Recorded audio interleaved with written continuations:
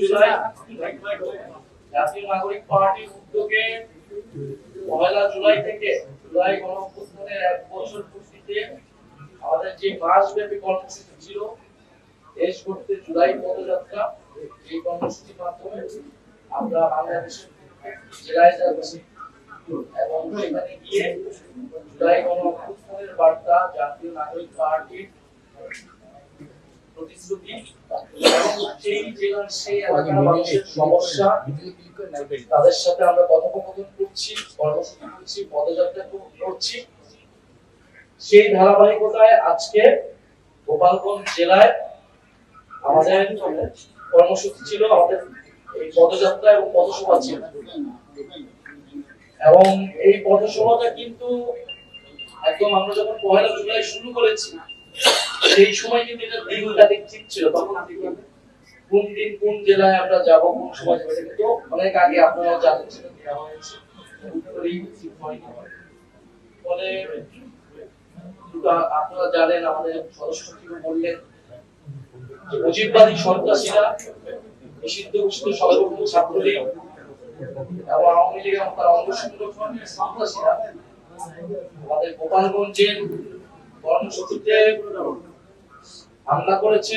জাতীয় নাগরিক পার্টি এবং গণঅভ্যুত্থানের নেতৃবৃন্দদের হত্যার উদ্দেশ্যে তারা সেই কর্মসূচিতে জঙ্গি কায়দায় হামলা করে।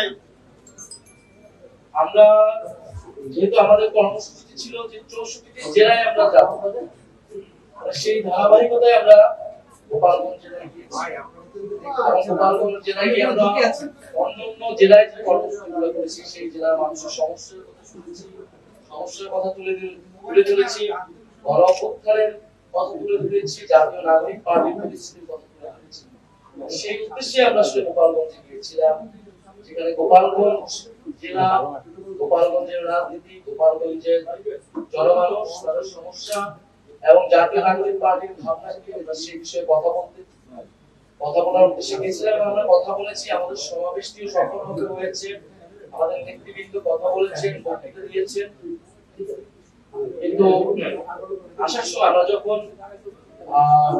মাদারীপুর, গোপালগঞ্জ থেকে আমাদের পরবর্তী আমাদের পথসভাটি ছিল মাদারীপুরে যাওয়ার ক্ষেত্রে সেখানে গোপালগঞ্জের ফ্যাসিস্ট বাহিনীর, ফ্যাসিস্ট আওয়ামী লীগের সন্ত্রাসীরা, মুজিববাদী সন্ত্রাসীরা হামলা চালায়, পরিদর্শন করে, দেশীয় অস্ত্রশস্ত্র নিয়ে আমাদের গাড়ি বহরে হামলা করে এবং সেখানে যারা নিরাপত্তা বাহিনী ছিল, আইন শৃঙ্খলা বাহিনী এবং সেনাবাহিনী, তাদের উপরে হামলা চলে এবং এক পর্যায়ে তাদের সহায়তায় আমরা সেখান থেকে খুলনায় চলে আসি এবং আমাদের আজকে যে পথসভাটি ছিল মাদারীপুর এবং শরীয়তপুর, সেটি স্থগিত করা হয়েছে সেই আজকে এই ঘটনার কারণ বস্তুত।